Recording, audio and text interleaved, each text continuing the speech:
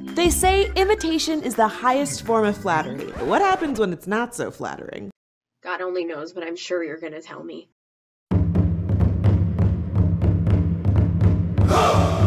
The more you learn about the world and the people in it, you quickly realize just how beautiful and diverse it is. So where's the line between cultural exchange, appreciation, and appropriation? And why does it even matter? Here are 7 myths about cultural appropriation debunked. Aren't going to be myths, they're going to be perfectly good reactions to you acting like you're the defender of culture against white people. I'm gonna try to see things from your perspective and put on my offended shades.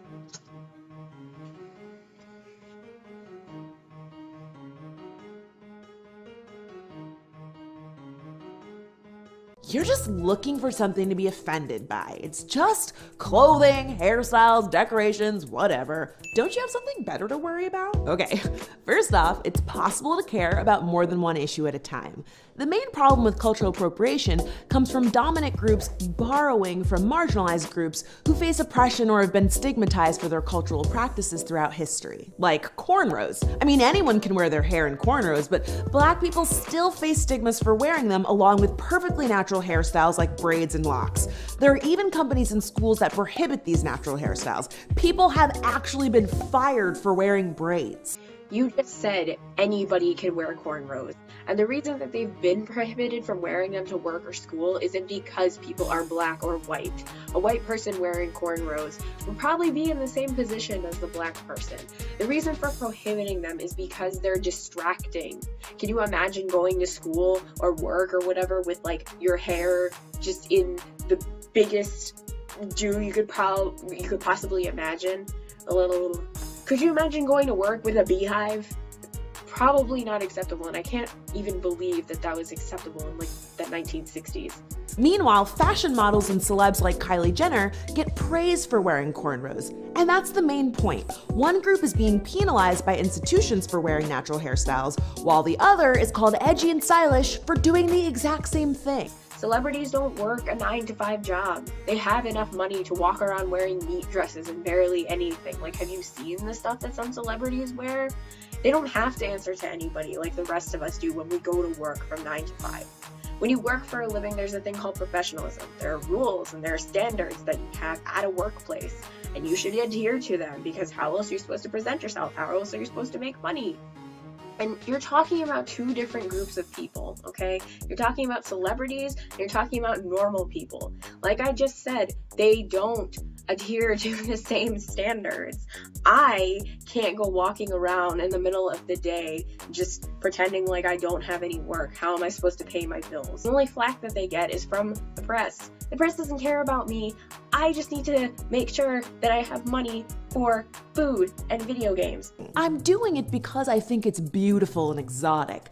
I'm just showing appreciation for the culture. Look, it's great that you find another group's culture beautiful, but in order to show you truly love it, you need to have respect and understanding. Take, for example, tribal tattoos. The Maori of New Zealand have facial tattoos with deep family meaning and cultural significance. But fashion designer Jean-Paul Gaultier used the tattoos in ads to sell sunglasses. And that's a perfect example of cultural appropriation. No matter how much the designer liked the look, he stripped the tattoo of all of its cultural meaning just to sell a product. Now, if you really appreciate something, you should respect it instead of assuming you can use it however you want. Just because somebody wears one thing that represents a culture, they didn't just automatically take away the entire significance and meaning of that culture by wearing it. Yes, it's probably a bad idea to use something to mass produce and exploit, I guess, the culture, but at the same time, I read an article on this, and apparently Jean-Paul Gaultier, he didn't actually make a reference to the Maori culture, which I know it looks very similar, and it probably was based on it, but he didn't actually make a reference to it, probably meaning that he didn't know what the meaning of it was. Which, I mean, you can't fault someone for their ignorance, but, you know what? I shouldn't say that, because once I put on my offended shades, yes, everyone should be faulted for their ignorance. Well, I don't find it offensive, and I asked someone from that culture and they said it was okay. Well, it's not your culture that's being disrespected, so sure, you don't find it offensive. And if you know someone from that background who doesn't mind your tattoo, costume, or whatever, that's cool. But remember that one person doesn't speak for all members of that community. You know what? It's not your culture either. If we're going with this whole Maori thing, you don't speak for the Maori people, okay? You're not the guardian of it. I'm not the guardian of it. Neither of us are even a part of it. Meaning that you, and maybe me too, can't understand why someone from that culture might not find something offensive. But I love that you put this thing where if somebody is offended by it, in your book, they're just and they're pure and they're just trying to guard their culture from exploitation and they should be respected.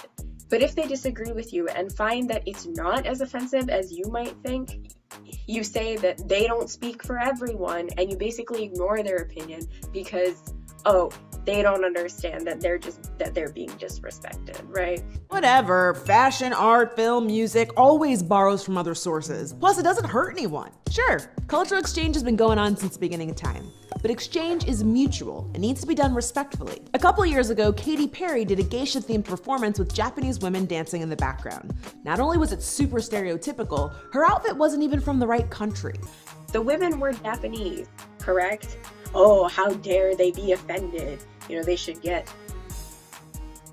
offended sunglasses. Trademark pending. It's as if they can't have their own thoughts. You just decided that they needed to be offended. And if they really were offended, why would they be participating in the show? I think if you really, really stood for something, if you really, really were that butthurt about your culture being appropriated, you wouldn't do something like that just for money. At least, you know, in my opinion. And the stereotypes that she was upholding, what exactly are they? You say stereotypes as if it's a bad thing. They look beautiful. They're representing the Japanese culture, which as far as I can tell, some sort of representations of it are samurai, shamisen, and kimonos. All really beautiful things. Things that have rich cultural history and background. When you say stereotype, you reduce it to something like Americans thinking that all Mexicans wear sombreros. That's not what she was doing. I think she was trying to display the beauty of the culture. She wasn't stereotyping in any way. Now, Katy's outfit, I mean, you try doing what she's doing in that photo in a kimono. I think you'll find that it's very difficult. It's like doing the splits in a ball gown dress, or in a ballroom gown. The Japanese American Citizens League said it best. The thoughtless costuming and dance routines by Katy Perry played carelessly with stereotypes in an attempt to create a Japanese aesthetic. And that kind of crushes the idea that appropriation is harmless. I looked into the Japanese American Citizens League, and as far as what I found on their website, they're basically a bunch of SJWs. They have some good policies in that they approve of marriage equality and a couple of other different things, but they oppose anti-affirmative action movements that use Asian Pacific Americans as their mascot. They basically came up with these policies with all these weird double negatives that were extremely hard to decipher to make them look better. As far as I could tell with this whole thing, the whole thing is that they don't like people who think that it's unfair that less qualified Black applicants get accepted over more qualified Asian applicants, for example. Japanese American Citizens League, they are basically telling off other Asians. They're basically saying, you know, you might work really hard, but at the same time, you're the model minority. And in order to get rid of that, we're going to be okay with less qualified people getting accepted over you. As far as Japanese people getting offended at things, I didn't really know this until, you know, cultural appropriation started becoming a thing. But apparently a lot of Japanese people in Japan, they are appreciative of the fact that Americans like enjoying their culture. That's why you can go to Japan and like dress in a kimono and get your picture taken and stuff like that. They like sharing their culture with other people.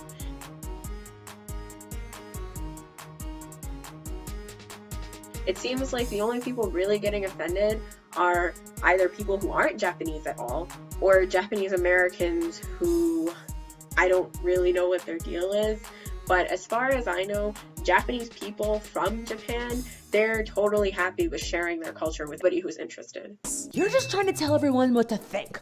Hello, thought police. Have you ever heard of the First Amendment? Nobody's telling you what to think, wear, or say. Marginalized people can't stop you from doing your thing, even if they wanted to. But if you think you have the right to use any cultural tradition just cause, that's where you get into oppressive territory. And if you genuinely don't care if someone is hurt by your appropriation, that's just crappy.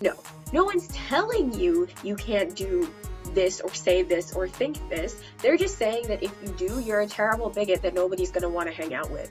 No, marginalized people, which, you know, I love how much she is obsessed with that word. I swear at least every single video she's done, she says it at least 4 times. You know what? New drinking game. I'm going to patent this. Take a shot every time she says the word marginalized. You'll probably be drunk or dead in the first video. So because I'm white, I'm automatically racist, and if I wear this clothing, I'm even more racist? This isn't about beating up on white people. Anyone can appropriate elements of marginalized cultures. Heck, Pharrell even made the mistake of wearing a Native American headdress on the cover of Elle magazine, and after getting some much-deserved flack, he actually issued an apology. I love how all the examples that you provided of cultural appropriation were white people. Katy Perry, that designer dude, and celebrities like Kylie Jenner, yeah? But you mentioned Pharrell. Wasn't he the guy who made that Happy song or whatever? Anyway, you mentioned him, and if he apologizes, it's totally okay as long as you apologize. No, you just demonized a whole group. This entire video is to demonize people, is it not? You're telling white people, don't dress like other cultures because you're appropriating it. If Chinese people wear blue jeans, aren't they appropriating my culture? Or what about black girls wearing blonde weaves? Or how about speaking English? Okay, this is a tough one. Assimilation and appropriation aren't the same thing. Marginalized people conforming to standards set by dominant, or in this case, Western cultures, is often a means of survival. When your cultural heritage is looked down on, often people change or hide things about themselves in order to be accepted by majority culture. For example, there are schools where students have been punished or even suspended for speaking Spanish or indigenous languages. So there are people who are literally being forced to assimilate or else. So it's not really a fair comparison. This whole assimilation thing, who's saying that anybody in the modern world has to wear blue jeans? In fact, when blue jeans were created, it's not like people were forced to wear them. It just was a trendy thing that got exposed to the East, and they started adapting to it because they liked how it looked. Why do you think the only people who wear blue jeans are people in cities in the East? People don't wear blue jeans out in the country. I mean, yes, maybe you do if you work or if you think, you know, if you have the money to buy them. But for the most part, no, people don't wear blue jeans because they have to. They wear them because they like to. Why do you think it's about survival? It's not about survival anymore. We're not colonizing places or anything. People wear jeans and whatever Western styles because it's trendy, because it's cool. There are a few instances of language being forced on a group of people in order to make them assimilate. One example is the Japanese occupation of Korea. They weren't allowing the Korean people to speak the Korean language. They weren't allowing them to use their given Korean names. They started turning them into Japanese names and saying that if you use Korean, then you'll be arrested. You notice how the only instances of this is from a very, very, very long time ago. And I know those wounds are still fresh, especially in Japan and Korea, but at the same time, when you're talking about white people, that is hundreds of years ago. The most recent instances of that are in the Eastern world, okay? It's not white people. It's minorities, as you say, doing it to other minorities. Spanish, that's funny that you talked about Spanish, because why do you think all the people in South America speak Spanish? Is because they were colonized. So I'm sorry, why aren't you sitting here demonizing the Spanish people from Spain, or just demonizing the Spanish language in general? So you're basically saying, oh, you can cook, or you can travel, or you can do whatever. Basically, you're saying that the entire point of this video is about the way that you dress. You don't agree with that. You don't agree with somebody who wants to cosplay as a certain character, and that person just happens to have darker or lighter skin than them. They're not trying to make fun of them. They're trying to just be the character. I mean, I've always wanted to be Sailor Mars, to cosplay as Sailor Mars. I'm a weeb, okay? Whatever. Shut the fuck up. I don't have the complexion for it. Sure, I've thought about, oh, okay, you know, maybe I could, like, somehow make myself lighter or whatever. But it's whatever. I'm not trying to make fun of Japanese people. And in fact, if somebody wanted to dress as, I don't know, somebody with a darker complexion, like, let's say, oh, who's the Indian chick from Overwatch? Symmetra, right?